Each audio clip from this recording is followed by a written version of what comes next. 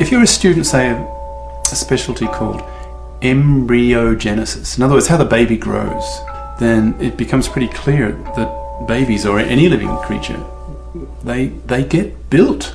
They're built.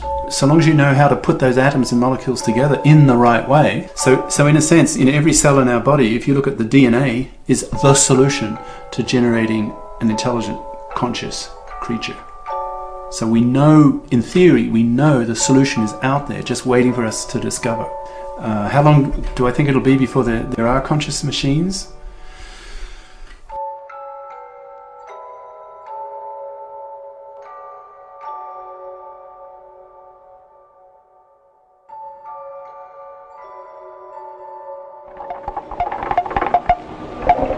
Man has described himself in many ways.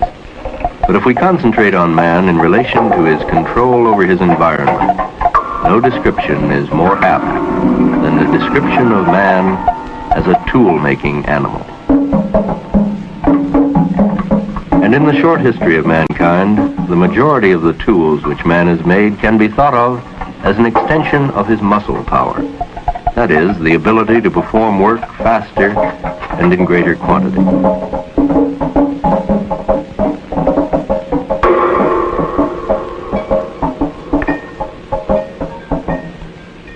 However, in the mid-1940s of the 20th century, a different kind of tool was invented. A tool for extending certain of the powers of man's mind. This tool is the electronic computer.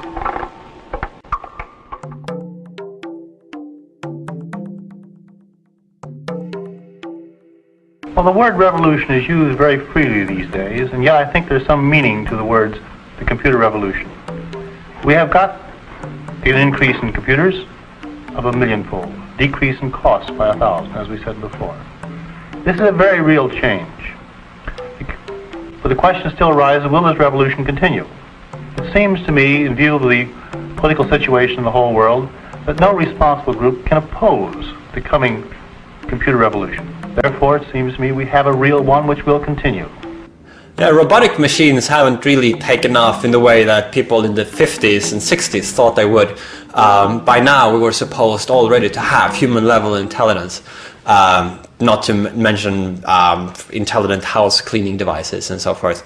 And it's really taken much longer than people thought. We didn't have even the hardware capacity back then to create that level of intelligence. And of course not the software capability either. Now, those of you who have PCs and have had PCs for, say, the last 5 or 10 years, pretty well all of you will be very conscious of the fact that each model that you get, the capacity is increased, like it's faster, there's more memory, and it's more or less the same price. This phenomenon is called Moore's Law. Moore is a person, Gordon Moore. He was one of the founders of the microchip company, Intel. He noticed a trend. The number of transistors that were being put on these integrated circuits, these ICs, was roughly doubling every year or so. And so he wrote about this trend. And this trend has been going on for 40 odd years. And it's thought it will continue for about another 20 odd years or more. And so, I mean, just common sense says if you take any number and you multiply it by 2 times 2 times 2 times 2 times, eventually you'll get a huge number. Well, Moore's law is just saying that every 18 months so the technological power doubles, and that's been followed for many, many years now, and despite people saying no, it's not going to be followed next year or the year after, it always happens. I think it's looking in terms of brains. Moore's law is providing us with super intelligent brains. It's saying that in 10 to 15 years time we are going to have machine brains with processing capabilities much more powerful than the human brain. If in the 30s you met somebody, say you get some boffin, some egghead if you like, speaking on the radio in the 30s, saying pretty soon, 5-10 years into the future, it will be possible to build one bomb so powerful that it could wipe out a whole city. Well, most people would just laugh at me, think the guy's a nutcase. But the nuclear physicists of that time were starting to speculate about the possibility of a chain reaction. And the theorists at the time were starting to get very worried, because imagining scenarios of a kind of arms race between various countries, if they were armed with these very powerful new weapons that could wipe out whole cities. So they were scared that maybe humanity could be wiped out. They got very scared. But people didn't take them seriously. Certainly the general public did not take them seriously because it just sounded so nutty. I mean, you know, a whole city by one bomb? That's crazy.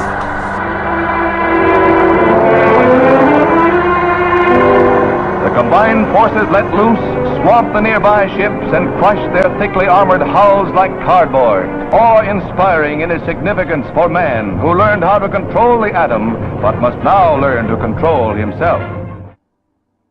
So it really makes you think hard. Do other people, you know, the brain builders of the future, the equivalent of the nuclear physicists of the 30s and 40s, it makes you think really hard.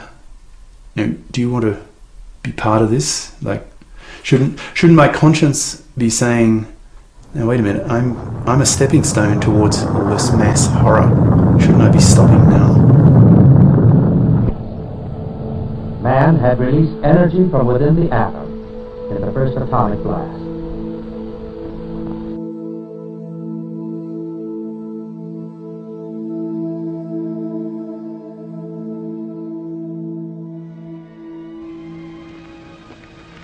There, miss. You see, the heterodynes were feeding back into the stimulus reaction activators, causing non-synapse of the motor control resistor units. Oh, that's good. No, lady, that's bad. But your regenerated circuits are tuned asynchronously, and that causes concatenation in the intermediate amplifiers. Well, that's bad, isn't it? No, that's good. People in the 50s, some of them, predicted we would have human-level artificial intelligence by today, and we haven't. What conclusion can we draw from that mistaken prediction? And clearly one conclusion that we cannot draw from that is that because it hasn't been possible to date, therefore it will never be done. From now on, I don't think there'll be the slightest trouble with your robot. Your domestic problems are completely solved. I think rather we are learning more and more about the hardware capability that we will need to have to create human-level intelligence. We have rough estimates of that, and our fastest computers are just beginning to approach that. Being able to process a large number of bits a second, that doesn't automatically mean that computer is going to be highly intelligent. Agree with that. But it's a necessary condition, right? You have to have that very high bit processing rate to allow an artificial brain to become artificially intelligent. What else do you need to make a machine that can process zillions of bits a second? What else do you have to give it to make that machine intelligent? Well, you've got to have the right circuitry, right? You've got to have the same sort of brain circuits that exist in our brain, but we don't know how to do that yet. So IBM has just recently launched this Blue Brain project, which is an effort to create a detailed computational model of cortical column. Our neural cortex is divided into cortical columns, and in the first stage, with this new supercomputer, IBM wants to create a realistic, detailed neural simulation of an entire cortical column.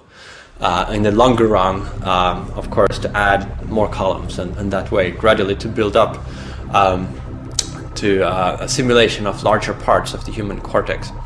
If you looked at the best, the most intelligent, the most powerful robot with a computer for a brain, I'd have to say at the moment they're still probably around the bee and the wasp category, so we're talking tens of thousands of brain cells. Perhaps the best, something that Hugo de Garis has been working on, the intelligence of a cat with a complexity and a high connectivity in silicon brains rather than biological brains. There's no reason why a machine cannot have its own form of consciousness its own form of perception, its own form of actions, as we know machines do. Probably it will be different to me. Hey, Osimo, what's up? I'm Michael. Hello. Please stand still for a moment and look at me. For Osimo to recognize someone, that person must first stand in front of the robot's camera, while Osimo takes digital photos capturing a series of facial images. I've now memorized your face. These images are then programmed into Osimo's database and digitally linked to the person's name. So when that person gives Osimo a good look at his or her face, Osimo reads the facial topography and bone structure and matches that image with the stored computer data. Michael, hello. Couldn't we just avoid this whole horrible scenario by ensuring in the way we build our robots that they remain nice to us? Now, in the short term, maybe. Well, let's say the middle term, when the robots are reaching more or less human intelligence levels. Maybe we can control them to some extent by doing that kind of thing. But think about it, I just use a little common sense. Imagine a machine that's hugely smarter than us.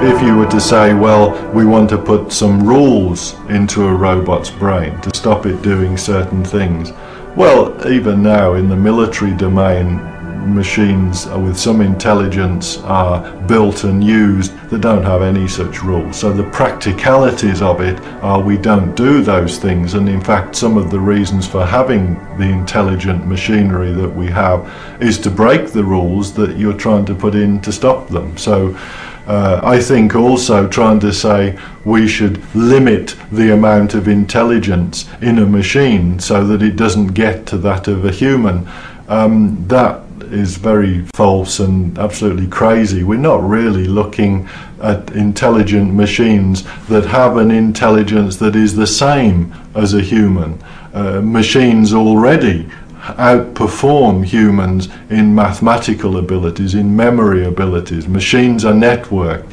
These are all big advantages for machine intelligence, which is different to that of human intelligence. So in some ways machine intelligence already has far surpassed human intelligence. We can't, if we limited it, we'd be going back about 20 years as far as computers are concerned. When you think about the robot in Metropolis and others, these huge big figures who are very threatening, I think these robots are metaphors for the fear of technology in general, the overwhelming powers of machinery, the stamping, hammering machinery in car factories, for instance. So the robots really become a metaphor of our fear of technology in general, because once technology goes, it goes and goes and goes. It's mindless technology, and I think that those robots reflect that fear of technology in general. On the other hand, there is something incredibly intriguing about them, because other than different technologies, they share our space, they interact with us. That's a big attraction that especially attracts children, but again appalls a lot of grown-ups, because they feel that their own sense of specialness is rejected. So the whole idea is, well, if this robot is as good as I am, how am I any better than the robot? And I think that has again something to do with our inbuilt sense we want to be special and we want to be superior. Again, the Bible does talk about that humans have been created in the image of God. That actually, interestingly enough, does not, even though you might have heard so, it does not, biblically spoken, give us any sense of superiority. I think giving machines rights in the human world is dependent on them sort of living partly in the human world. I suppose some machines do that now. They make decisions, but it's still the case that there's a human calling the shots, or we don't at the moment legally bring the machine to blame when it does get something wrong. We're getting a few sticky situations even now in the military domain, particularly when a missile maybe ends up exploding in the wrong place. And it's interesting to hear that it's still put down to human error even though that may not be the case, but we sort of seem to want to hear that there's still a human somewhere in there. But some of the financial machines are now affecting people directly, immediately, and I guess it won't be too long before we have to face up to the legal situation of it was the machine that did it. The problem for me is that whatever argument you make to define an AI's worth will automatically exclude human beings. So when you say, okay, AI is not yet self-aware, therefore it doesn't have a right, we can switch it off. That would exclude all babies under 3 years old. That would exclude Alzheimer patients. That would exclude patients in a coma, etc., etc., etc., etc. Do we want that criterion? Absolutely not. Right? So if you say, you know, oh, it can't smell, therefore, you know, it doesn't have a sense of smell, therefore we exclude it from the community. Well, there are humans who don't have a sense of smell, right? So it cannot speak, while there are humans who can't speak. You know, I mean, whatever criteria you choose, you will always exclude human beings. So I absolutely reject the notion that we can use any empirical criteria to define when an AI is equal to us. I think we have to let society decide. I think machines, intelligent machines, will have feelings, they will have a consciousness, maybe they already do now, but it's so different from our human consciousness and human feelings that it becomes difficult to understand. It's only when we sort of give machines some sort of emotive sense, we put ourselves or put creatures, other animals, into what the machines are doing and try and say, look, the machine is scared or the machine is friendly, that we try and put some understanding, but then almost surely that's not perhaps what the machine is like. So AI, on the one hand, wants to figure out the mechanisms of humanity, you know, in order to rebuild a creature that is human-like intelligent. But it also wants to lay down the groundwork for when we build those critters, how do we treat them? The projects at MIT, Cog and Kismet, where I have been involved in, what made me so fascinated about them, especially Kismet, was that these critters were totally social. And that's the true way to AI, to build machines that are social, that are emotional, and therefore can become part of the fabric of human interactions. And in this case, I don't know to what extent you can still talk about a qualitative difference between them and us. If you try to bring together as seemingly different fields as AI, as a technological field, and theology, I think the only way to do that is by starting with the first question: what does it mean to be human? And what does it mean to be a person? Being a human, the question we can answer with biology, and we can answer with science. Being a person is something entirely different. Being a person means I give that creature an ethical value.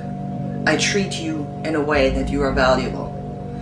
And I think both of these questions are key to both AI and theology. So I think their feelings, their comprehension about the world, their consciousness, their understanding is and will be distinctly different from that as humans.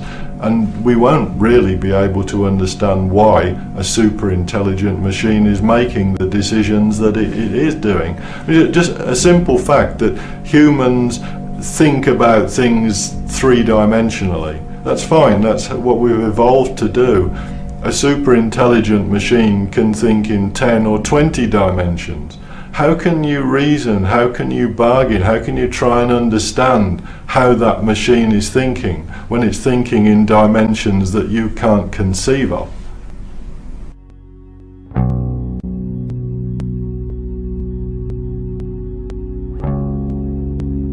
It seems to me, in view of the political situation in the whole world, that no responsible group can oppose the coming computer revolution. Therefore, it seems to me we have a real one which will continue. Now, I believe that the reports we hear of this revolution are very misleading. They often underestimate the speed which is going on and the importance. But worst of all, they tend to emphasize the material aspects, how much we will have of this and that, how much leisure, what wonderful new things we will have, and they fail to discuss the impact it will have on our view of ourselves and our world outlook. If you ask yourself, what question or what issue dominated 19th and 20th century global politics? Now, you could come up with all kinds of answers, but personally, I think the major question was, who should own capital? Who should own the factories? Because from that you got the classical dichotomy, polarization between capitalists and the communists. It should be privately owned, it should be communally owned, right? And for the older viewers, in 1962, the year of the Cuban Missile Crisis, you saw the movie 13 Days, for example.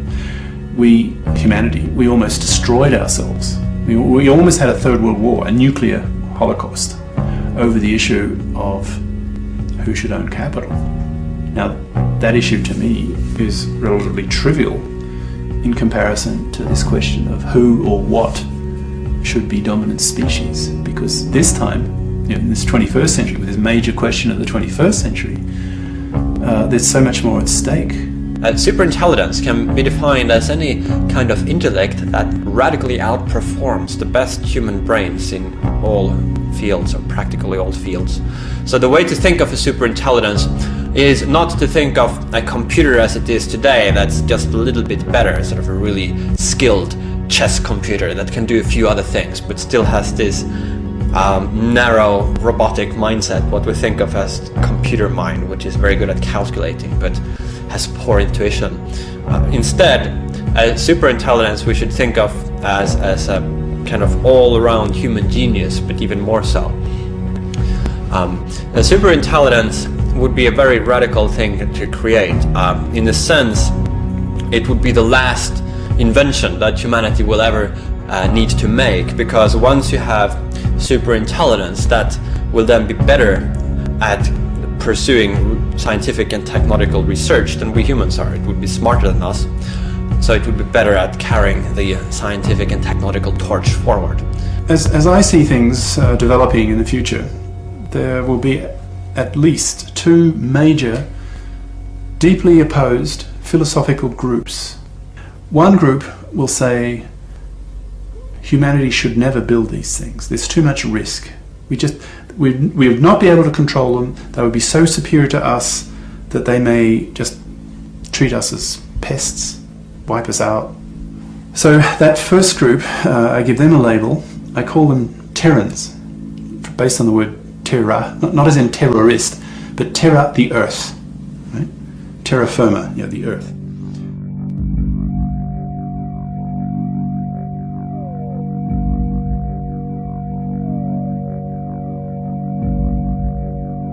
Now, the other group, who by definition are in favor of building these artilects, I call them cosmists. That's based on the word cosmos, because that's their perspective.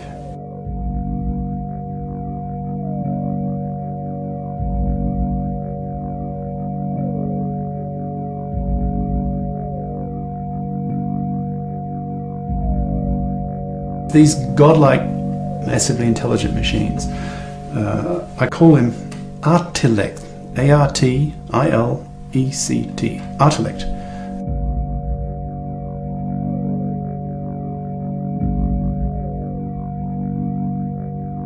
Basically, we should assume that the superintelligence will be able to achieve whatever goals it has.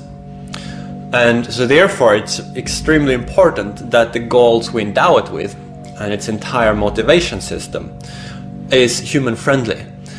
And the big risk is that either a superintelligence will be deliberately programmed to not serve the good of humanity, but perhaps just the corporation that builds it or the specific programmer that implements it. Or else that although the intention is to create a benevolent superintelligence, yet it turns out that the goals we give it have implications that we didn't really foresee.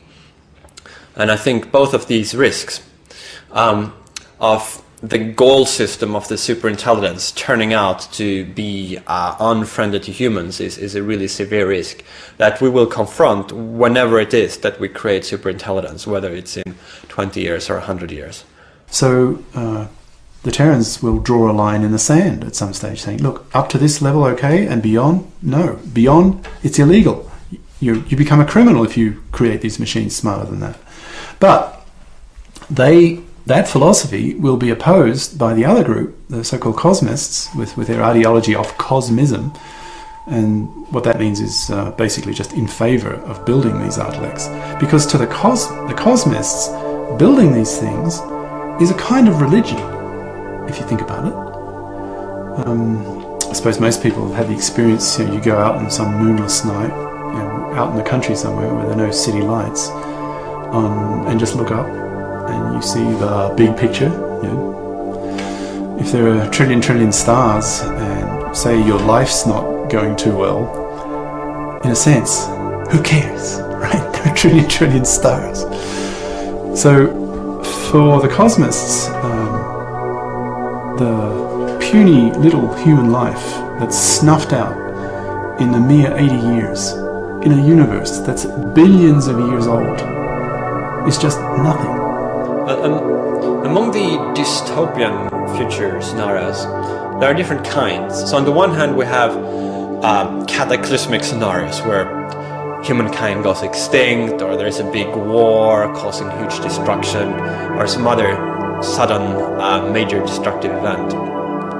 Another type of dystopian scenario would be more subtle, where we might continue to be intelligent and to develop, and at no point is there a really abrupt disaster, but gradually the whole evolutionary process takes our species or our intelligent descendants in the direction where we don't really want to go, and we kind of evolve down or evolve into something that we don't place value on. A third kind of dystopian scenario is that the future is great, but only for a very small fraction of all people. So you might imagine that a tiny elite, or just a single nation, or some subset of humanity get to reap the benefits of transhuman technologies, and that the rest are left out. And this is one of the reasons why transhumanist movement is active today, which is to try to work to improve access to these benefits to all people and across the globe. It's something that we might very well be able to influence depending on what kind of decisions we make today, and it's a political struggle as well as a technological matter, whether the benefits will be equitably distributed. They're not just prepared to see like millions of people die, like in a conventional type war. They're prepared to risk the whole species dies out, billions of people, so that the Terrans can easily justify their actions, when push really comes to shove, as I see it, to just wipe them out. These arch monsters. It doesn't take much to start a war. I mean, there's been zillions of wars. I mean, there's a war going on all the time somewhere around the earth. That's the norm almost. So you put all those ingredients together and you have a very frightening scenario. In effect, there's a kind of third group, and they argue, now wait a minute, you don't have to think in terms of this polarization between machines versus humanity, the Terminator type scenario, because there's a third option, and this third group, call them the let's see, what's the word? cyborg for cybernetic organism. And the argument is by the cyborgians, if you like, a third human group. They say, well, perhaps we could avoid this issue by having human beings themselves become artilects. And in practice, that would mean like adding components to your head, more chips on top of chips, sort of thing.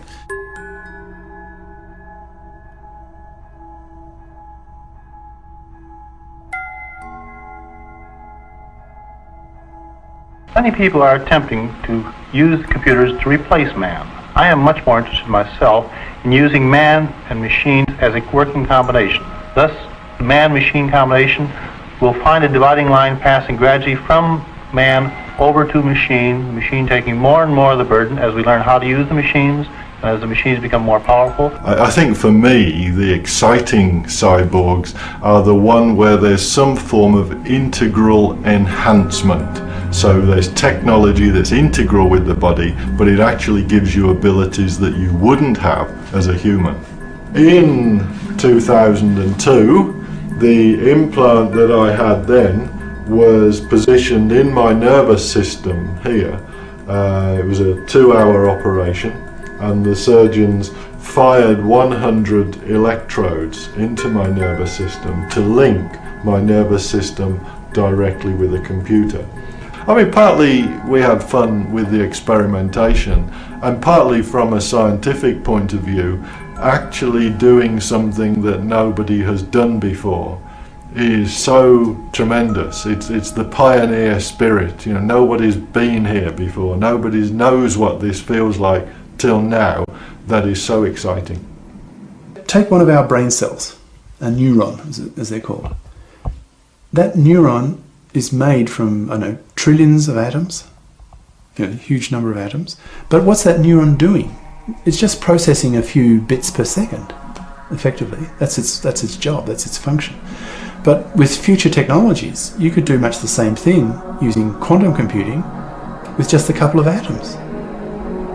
So the future potential of Moore's law and the future physics of computation is so great, so enormous, that the progress along in those fields will force the issue. So with advanced nanotech computing capacities, you can show there's more computing capacity in a grain of sand that's been nanoteched, right? There's more computing capacity in that grain of sand than our human being brain's capacity by a factor of, I don't know, billions, right? So imagine a young woman, she's just given birth, and then she needs to make the decision. Is she going to have her baby modified? Is she going to turn that baby into a cyborg, or effectively an artelect? So say she decides to do that. So this, you know, hypothetically, this grain of sand, in a sense, that's been nanoteched, is inserted into the human brain, that baby's brain, and it integrates itself into the brain. So that baby, in effect, is no longer human. Because, I mean, think about it. The capacity of that grain of sand is billions of times what the human brain can do. Right? So for, I don't know, 1/1000th of its capacity, of its time, is it doing human things. And the other 99.9999999% of the time, it's doing artelecty type things. So that woman, in a sense, has killed her baby. Killed in the sense the baby is no longer human. It's effectively an artelect. It's an artelect in human disguise.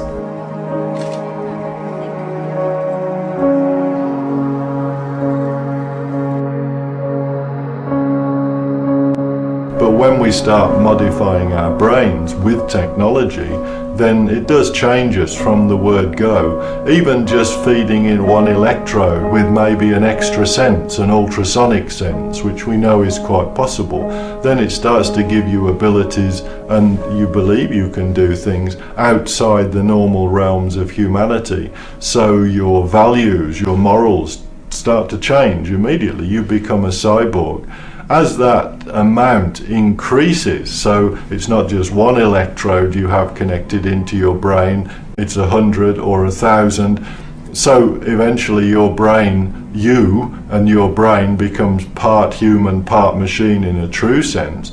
Then your morals, your ethics, I think, would be completely different. What I'm really interested in is to try to understand the bigger picture for humanity, our place in the world, and what might lie in store for our species in the future. Particularly the way we might use technologies to enhance ourselves, or to go beyond what we currently think of as our human nature, whether it might be by radically extending the human lifespan through solving the problem of aging, or increasing our intellectual capacities, improving our memory, or taking control of our own emotional states. I think that we are right now in a transitional phase where before the end of this century we will either have gone extinct, or we will have most likely taken the step to become what you might call transhumans or posthumans, or just very enhanced humans that have reached their full potential. And I think this transition is the most crucial phase of our species history. It's really, really important we get it right. I think that transhumanism is quite a big group. The transhumanists are looking at all different ways of humans evolving, becoming post-human. The cyborg route is one of those. It's a fairly solid area within the transhumanist movement. I tend to be getting on with my own research largely and developing new implants, trying things out myself, and do get involved with the philosophical aspects, which I guess is what more the transhumanists are about. But I think it's a good movement in that it does open up and start allowing everybody to discuss what the possibilities are with transhumanism, because it's going to happen, and it's better that we discuss them now rather than suddenly be hit with some of the realities in a few years' time.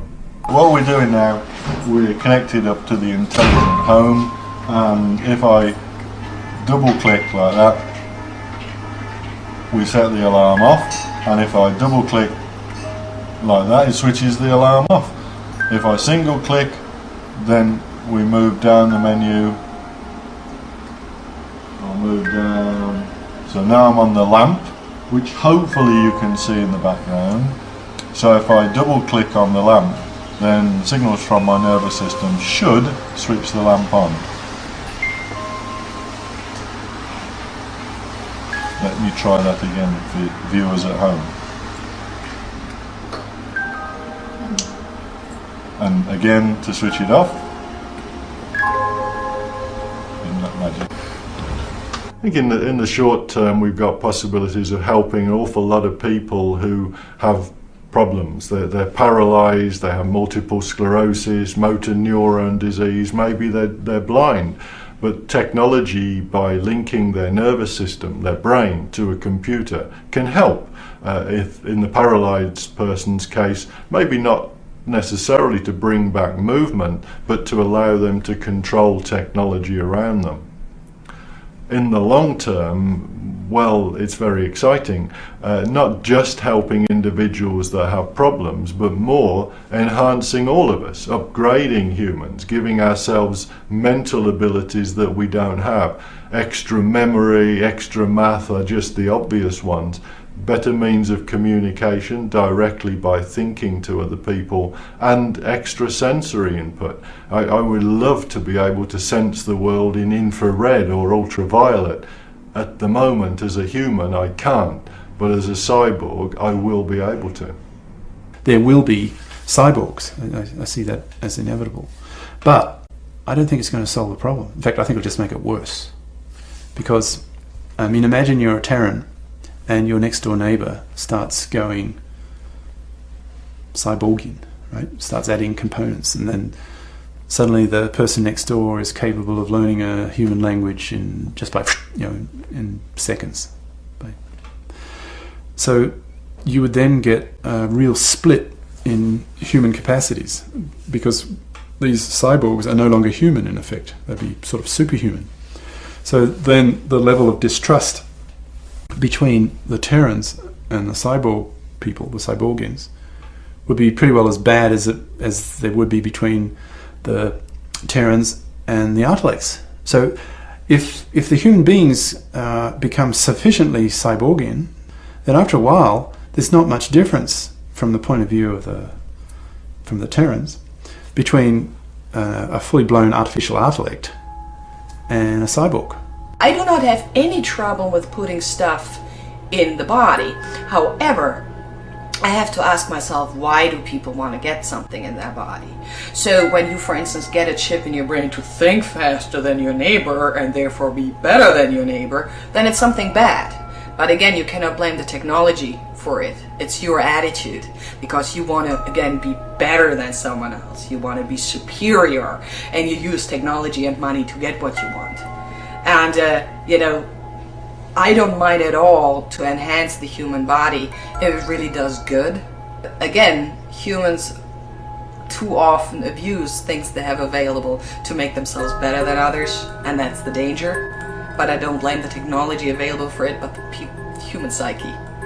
I think we're certainly going to get a lot of people who do want to upgrade themselves, no question about that. And there'll be commercial interests and political interests supporting those groups. There's a lot of money to be made here, a lot of power, not just in a military sense, but in an everyday sense, in terms of who gets jobs and who doesn't.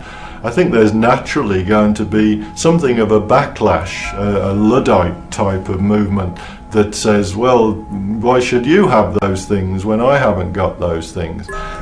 Just depends on how much power such people can have and how many people there are with that.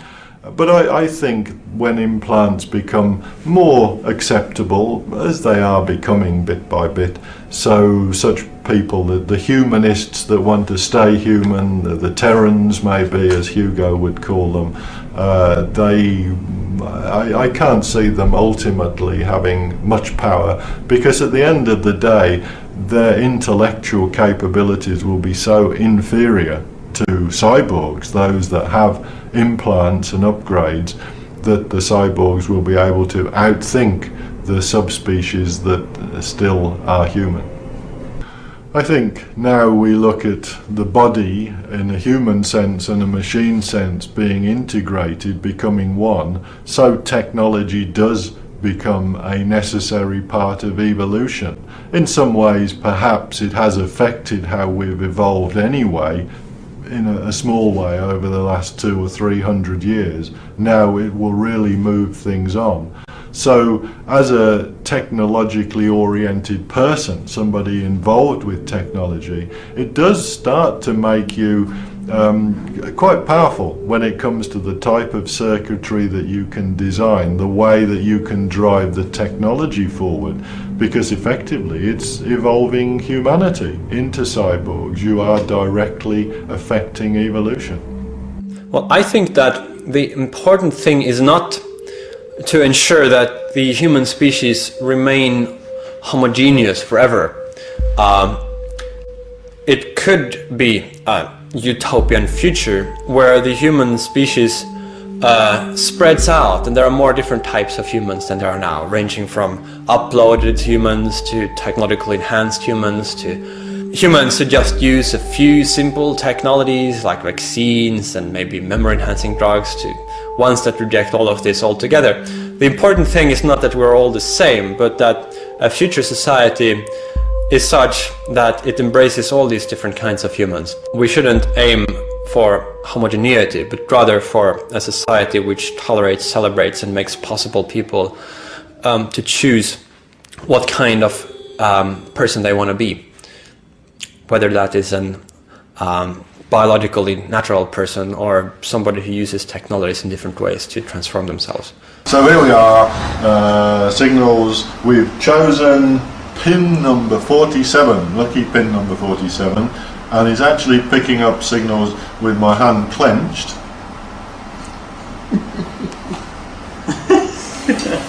There we go, hand clenched, thank you very much, hand. And on this one, when I release, so we have the articulated hand, otherwise known as the snave hand, operating as a result of signals from my own nervous system. But let's assume that there are humans that are against intelligent machines being given more decisions, of which there are some, and that there are certainly some humans that are against having implants, that are against becoming a cyborg and having extra abilities. It's difficult to see much of a positive future existence for them. That clearly the world is going to be dominated either by intelligent machines or cyborgs, or a combination. That's where the future's going. So the future for an ordinary everyday human, I guess there'll be some sort of subspecies, just like we have cows now, so we'll have humans in the future. There'll be other creatures, other species, cyborgs, intelligent machines, that are the dominant life forms on Earth. And as a cyborg, if a human came to see me, and it starts making silly noises, a bit like a cow does now. If a cow comes to me and says moo, moo, moo, I'm not going to say, yeah, that's a great idea, I'm going to do what you tell me. So it will be with a human. They'll come in and start making these silly noises that we call speech and human language and so on, and these trivial noises. I'm not going to do those silly things. Why should I? This creature's absolutely stupid in comparison to me. Well, a cyborg would be a biological human that has integrated certain elements of technology into itself. And the exact definition is a little bit fuzzy. So if you have a hip implant, are you a cyborg or not? Or do you have to have some radical chip implant that interacts with your psyche in complicated ways? But that's the basic idea. Now, I am skeptical of the claim that we will become cyborgs in a very interesting sense. I think that most of the benefits of being a cyborg could be obtained by having the same technology outside the body. So instead of having a chip implanted in your brain, you could have a chip outside your brain, and then you could access it just like you do today with your computer, which saves a lot of cost, and you don't have to have surgery, and you can upgrade it more easily and so forth. The exception would be people with various disabilities. If you're deaf, you might benefit from having a chip that enables you to hear. But for healthy people, I don't really see the benefit, except in the longer run when the technologies become very good and you could do this easily. But by that time, I think it will be an even greater benefit to shed your biology altogether and to perhaps upload yourself. So this intermediary stage where we will be having partly biological components in our brains and part chip implants, I'm just not sure that there will be such an interval. I think it might be too costly and difficult and risky first, and then it will just be easier to go all the way and become an upload.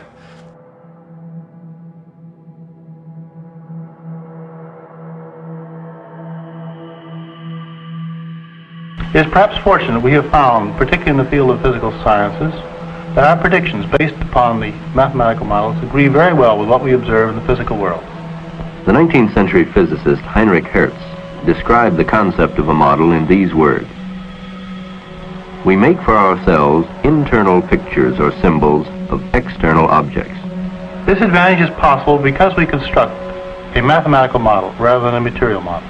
I use the word construct because the mathematical equations are the construction rather than a materialistic physical model.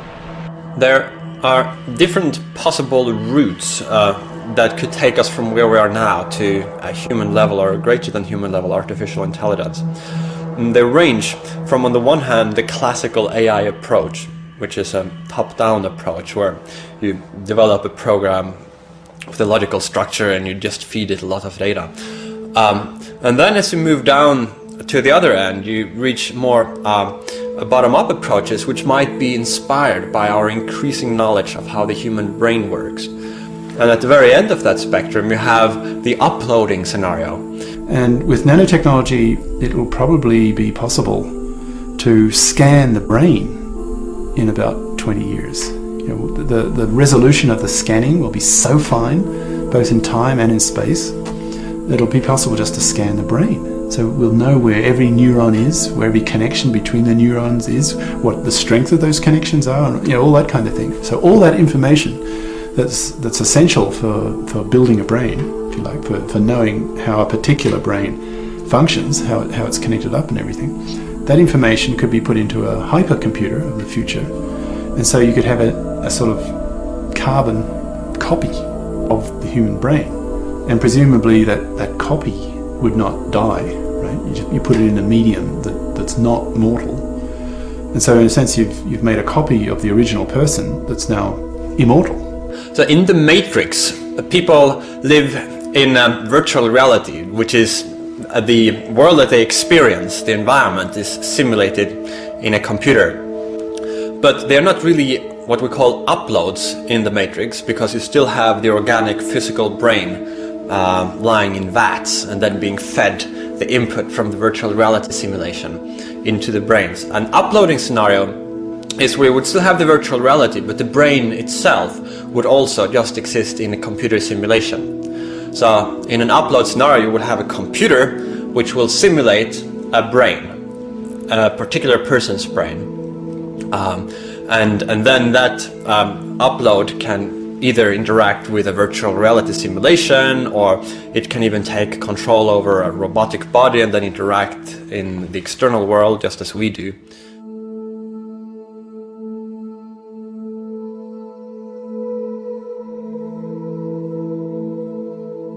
Well, there is one huge difference between downloading your brain into a computer and the Christian idea of resurrection, because that happens in a body. I cannot see how that would go on without a body. I can't see that. I am my body in interaction, and my body gives me the pleasure of life, and that's the fascinating thing. So the Christian idea is that this body, however we can imagine it, because after all we all know if we are a bird, that body rots.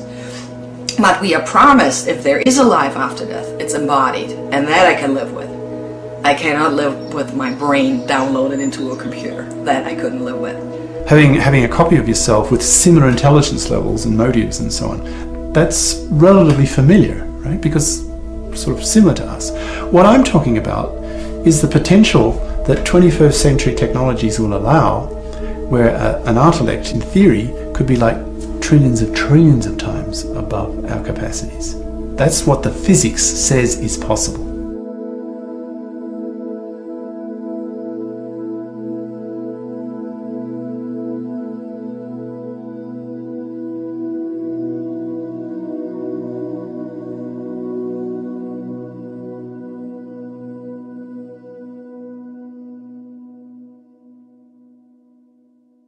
So now imagine that you have created an upload of a human brain. You have transferred the computational architecture into silicon. So now, if everything goes well, you will have, being in this computer implementation, the same experiences that you had before. It will feel potentially the same. You will have the same memories, and you don't necessarily notice any difference. But now you're running on a computer rather than on biological gray matter inside a cranium.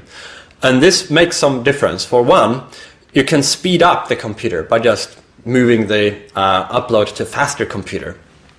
So if the computer you're running on is 1,000 times faster than the human brain, then your thinking speed will also increase by a factor of 1,000. Subjectively, what this means is that the external world will appear as if it were slowed down by a factor of 1,000. So one thing you can do that would be completely straightforward is just to increase the speed of your thinking. But then now when you're a software and you have complete control over the program that is your own mind, you can also begin to tweak it and add computational resources. What happens if you increase the number of neurons in a particular area of your cortex, or if you increase the connectivity. So it would be much easier to enhance your mind once you exist in an upload than to do the same if you have to deal with a biological brain inside a cranium. It's just much harder to manipulate it. So once you have an upload, it's easy to think that you would rapidly get what we might call weak superintelligence, which is a human-level intelligence, but that's vastly faster than any biological human intelligence. And it's possible that within a relatively short time frame, you would also get stronger superintelligence if you could develop ways of qualitatively enhancing the intelligence that you would have in the upload. The term consciousness and the term soul are very, very hard concepts. In my opinion, people use self-consciousness to create this mythical entity that they then in turn use to deny robots the possibility of ever becoming like us. So they use consciousness as an ideology, you know, to say that AI can never become like us, and this is why I reject the whole concept. As for soul, now that's a whole different ballgame. Unfortunately, the concept of soul we have today in our society has nothing to do with the original Jewish concept of soul that also Jesus and Paul believed in. Our concept of soul is something outside of the body, something different from the body that makes us special, and this concept of soul comes from the Greek philosophy. The Jewish concept of soul is very different. In Judaism, soul is not something you have, But soul is something that emerges out of the interrelationships between the chosen people and God. So soul is an emergent phenomenon that blesses the community. It's not something that makes me special, okay?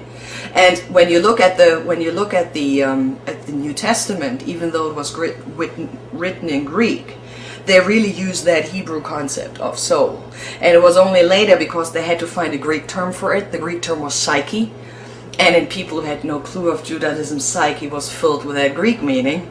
That's really that we had this misunderstanding, this real translation error that turned the concept of soul into something that is dualistic, that splits between soul and body. And so when you take this real concept of soul, the Jewish concept of soul, the term for that is nefesh. If you take that term, then of course robots can become part of nefesh. Because when we are willing to integrate them in our community, they can become part of nefesh. And so will robots ever have a soul? No, because we don't have one either. Will robots ever participate in soul? If we treat them right, absolutely. I think a Matrix scenario is a distinct possibility. I think to say no, it can never happen because it's science fiction is absolutely crazy. The possibility of a machine-dominated lifestyle is a distinct one. And as far as humans go, if you imagine you're a human, you're having whatever type of life you want fed down into your brain. I mean, it's just what's going on out there is what your brain perceives. There is no absolute reality. The reality to you is what your brain makes of it. Then if a machine is passing down signals that keep you completely happy, then why not be part of the Matrix? I really do think Neo in the Matrix trying to destroy things, he's a bit of a party pooper. Life for humans in a Matrix could be really cool. There's always this myth that science is objective, and of course it isn't at all, because it's done by human. No human endeavor is objective. And I do believe that a lot of what happens in AI, a lot of what happens is actually the projection of people's own fears and hopes. I could imagine that people, you know, who want to live forever in a nice machine, that they have some trouble with their bodies. I think the big problem is that science has in many ways become our religion, and we give science the power to define who we are, even though science does not have the power. I mean, science has not the power to define us as persons. Science has only the power to define us as human beings. If you assume, and you have to do that in AI, that we are nothing but machines, and you build a machine on that assumption, and that machine acts like a human, you have not proven your assumptions, right? You have only proven that with the help of those assumptions, you can build a pretty damn cool machine. Okay? And that's nothing wrong with that. But to say that means that humans are nothing but machines is an error. It's a logical error. And I think people only fall into that trap because they believe science so much. They think science is objective. They think science is more powerful. And, you know, if AI would be possible for me, I would just think to myself, and I would say that aloud, and I do say that aloud, aren't we humans great that we can build something like that? Isn't that just phenomenal? What does it say about the human race? You know? And then I would ask, so how are we going to treat those creatures we just have built? Are we going to treat them as slaves? Oh, we humans are so idiots. You know? Are we going to treat them well? Hey, perhaps we have learned something after all. You know, those would be the questions I would raise. But I would not talk about my machine status. Why? It doesn't make any sense.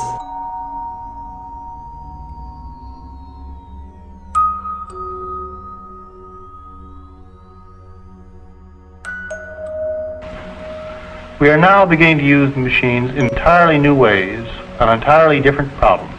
And this is the exciting part.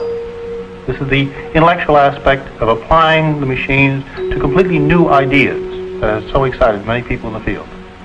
The word nanotechnology is used to denote two quite different things. It's used to describe a range of technologies we already have today, basically just small-scale technology. And it's also used in a more specific sense to denote the ability to control the structure of matter at the atomic level. So you could build with nanotechnology in this more advanced sense, you could build machinery factories all down at the molecular level and with atomic precision. Because here, in fact, is the answer to a dream as old as man himself, a giant of limitless power at man's command. And where was it science found that giant? In the atom, a particle so infinitely small that it takes over 100 billion atoms to make up the head of a pin.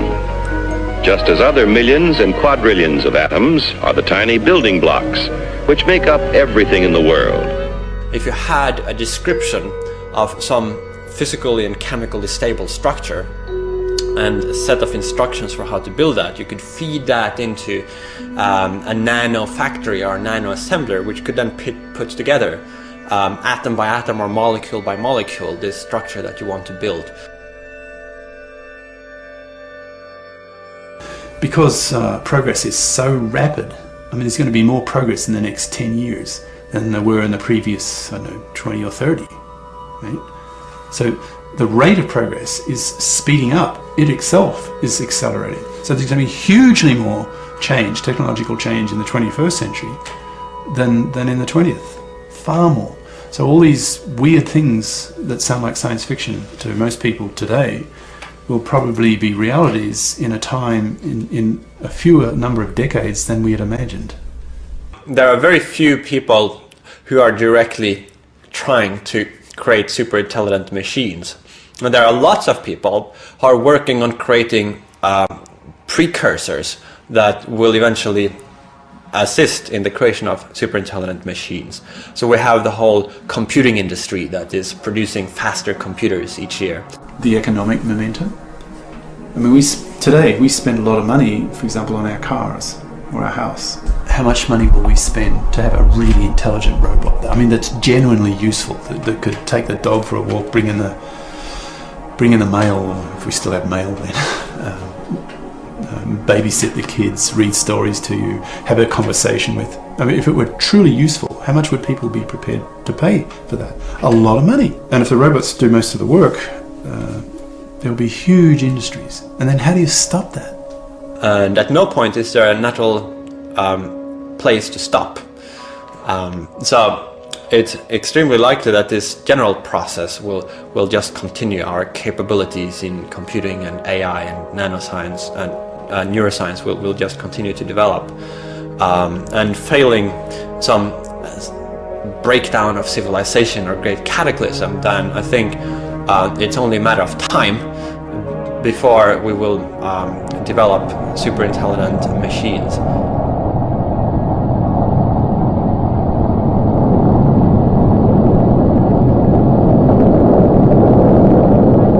With power of this dimension at our fingertips, let's think for a moment about the possibilities of the future. Man has within his grasp the power to wipe out civilization and practically destroy the earth in a few days' time. But again, he has the power that can carry him into outer space. For the first time in history, his foot is on the threshold of the vast, illimitable universe. And if we look back through history, then whenever humanity has progressed, has come up with new technologies, those technologies have not gone away. The people that have not wanted the technology to happen have not had their way in the end. They've disappeared, they've just had to get on with it. They've just had to accept that humanity moves forward. Progress, that's what we're about. So when it comes to AI, cyborgs, this whole genre, I can't see any way that it will not happen. This is progress.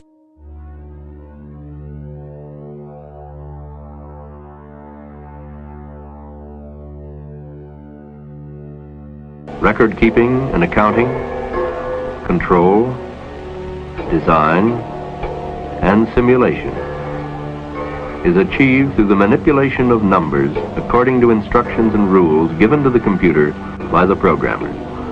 But what are these rules, and what is the relationship between numbers and the real things they are said to represent? These are some of the questions that we put to the scientist And we've already seen Dr. Richard Hamming, research mathematician at the Bell Telephone Laboratory. It seems to me that the computers, because they enable us to ask new questions, also enable us to get entirely new answers. They do not answer all the old questions, but because the questions are new, the answers are also new and very exciting. Some of you may be thinking, if humanity builds these artefacts, isn't that just going to diminish humanity yet again? I mean, we've seen this happen so many times. You know, Copernicus said the Earth is not the center of the universe. We're just one of several planets going around the sun. And then along comes Darwin and says we're not special, we're just another kind of animal and we evolved like all the rest of them.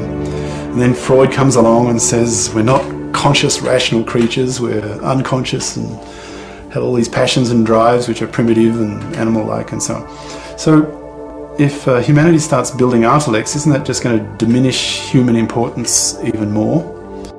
It's looking increasingly likely that the values of the constants in the laws of physics are so fantastically, improbably, finely tuned to allow the existence of matter and life that the suspicion, the growing suspicion is amongst a whole community of the scientists working on these problems, is that the universe is rigged. It's been engineered. It's been designed that way. I mean, of all the zillions and zillions of possible universes you could have, why is it that our universe is so fantastically finely tuned to allow us to exist? See, at the Big Bang, all there was hydrogen and helium pretty well. That's all there was. So all the other elements that we're made up of, oxygen, carbon, nitrogen, phosphorus, all that stuff, where do those atoms that we are come from? Well, short answer is they got cooked up in stars. The stars made them. You could argue that we as human beings, we're part of the universe. And now because of our intelligence that's evolved over billions of years, we are now on the point of making a major transition away from biology to this new step. And if you are a cosmist, you could argue that the cosmic process may be part of that longer term goal. Maybe humanity is just a stepping stone. Human beings already, theorists have done the math, they've got the modelling of how to build baby universes. There's theories on this, how to do it. So if that's possible in theory, with human brains doing the thinking, what could an artefakt do? Could it actually build universes? Could it actually manipulate whatever exists to create new universes? Is that possible? Now, if it can do that, then by definition, it's a god, right? It's a creator. Nuclear power is the basic power of the universe. As we step into this awesome realm, we seem to be standing before the presence of the Creator Himself. It's enormously important that we appreciate this, and that first of all we have reverence and respect for the power of the Creator. I think if we build AI really like us, they will at some point ask the question, where am I coming from? And evolution and technology is not going to give them that answer, because the question where I'm coming from is the question for meaning. This is why most Christians I know have no trouble with evolution whatsoever. For them, the story of the Bible and the story of evolution tell completely answer to different questions. The one is the how question, how did everything come about through evolution, and that's absolutely powerful. But then the question, why? And that's a question that can only be answered with a story, with a narrative you can believe in. And if we build AI that is like us, of course they will start answering the same questions. They want to have meaning in their life. And so I have no question that they will create a religion for themselves. If that will be a religion with a God, with a divine entity, like Jewish and Christian thought, if that will be a religion without a divine entity, like Buddhism, I don't know. But I'm sure when they are human-like intelligent, they will create religion. There will be religious, there's no doubt in my mind, because it's key to be human, to ask for meaning. It's very difficult to think about these possibilities and still maintain intellectual rigor and careful analysis. People have an enormous tendency to suddenly lose track of all the normal checks and balances that we apply to our thinking on more mundane issues. And the whole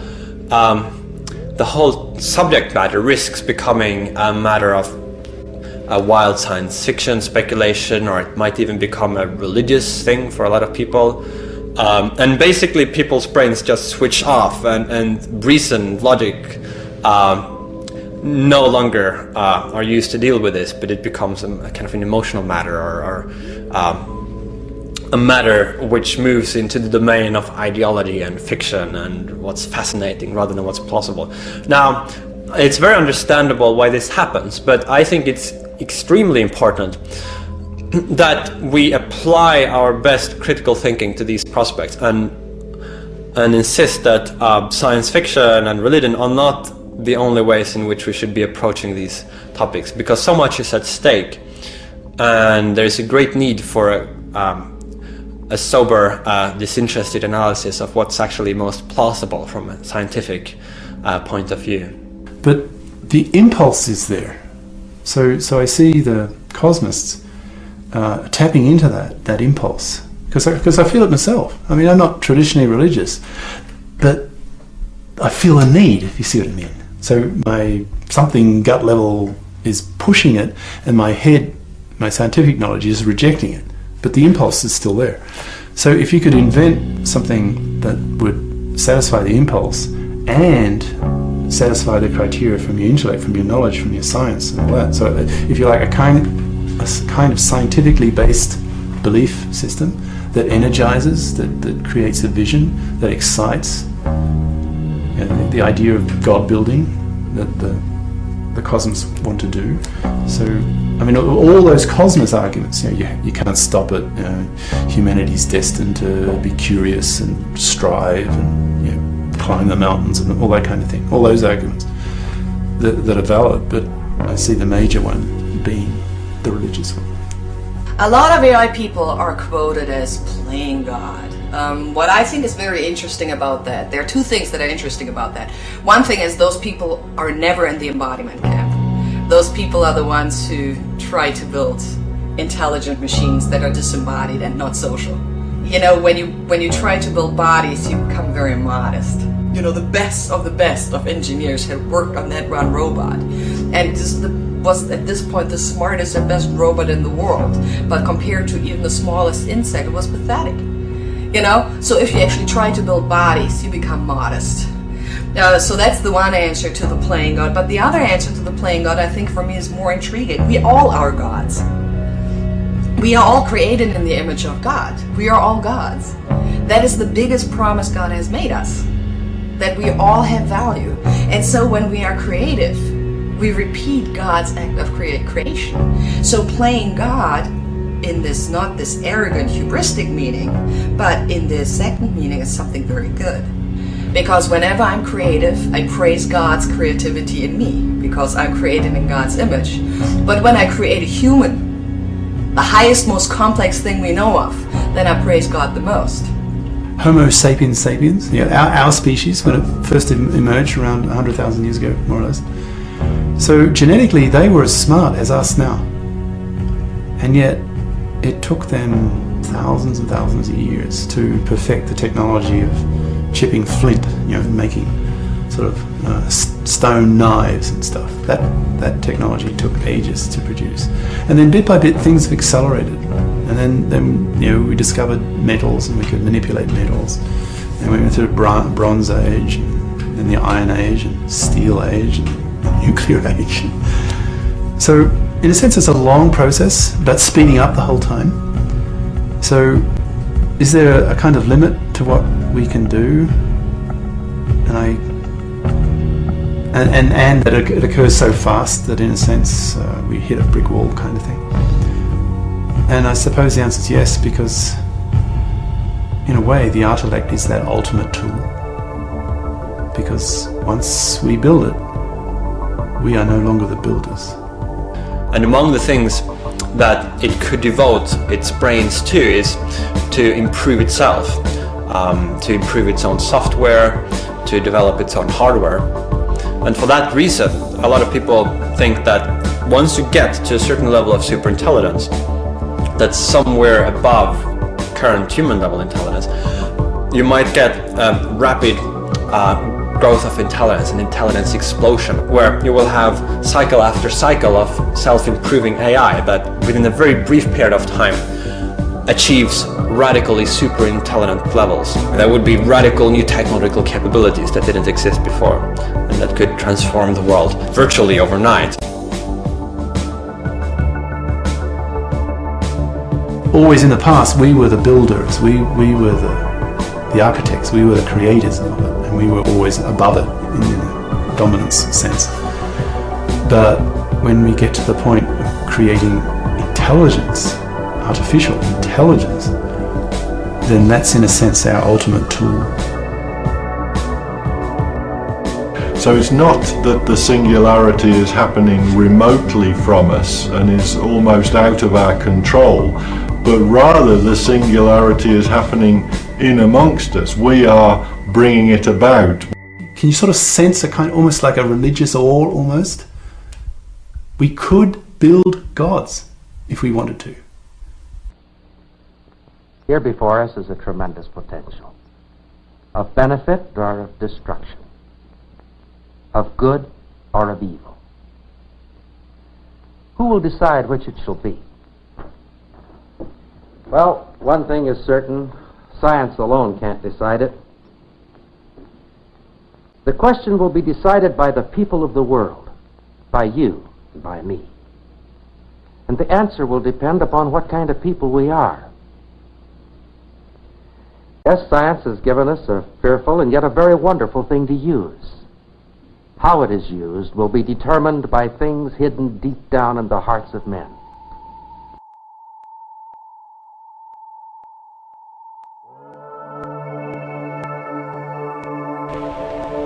A man in a lifetime. The lifetime of all mankind is but a brief moment in the long history of this earth of ours, and only yesterday in the history of mankind has man made any significant advance in his control over his earthly environment. Computers, machines for logic, may change this more than any other of man's inventions. These machines, which have been with us less than a millionth of a second in terms of the temporal span of man's history, have already given promise of deep and far-reaching change in our way of life and way of thinking. But finally, the future is the great unknown, and the uses to which we put ourselves in relation to the marvelous machines of our own invention is perhaps the central moral and intellectual challenge of our own brief moment in time.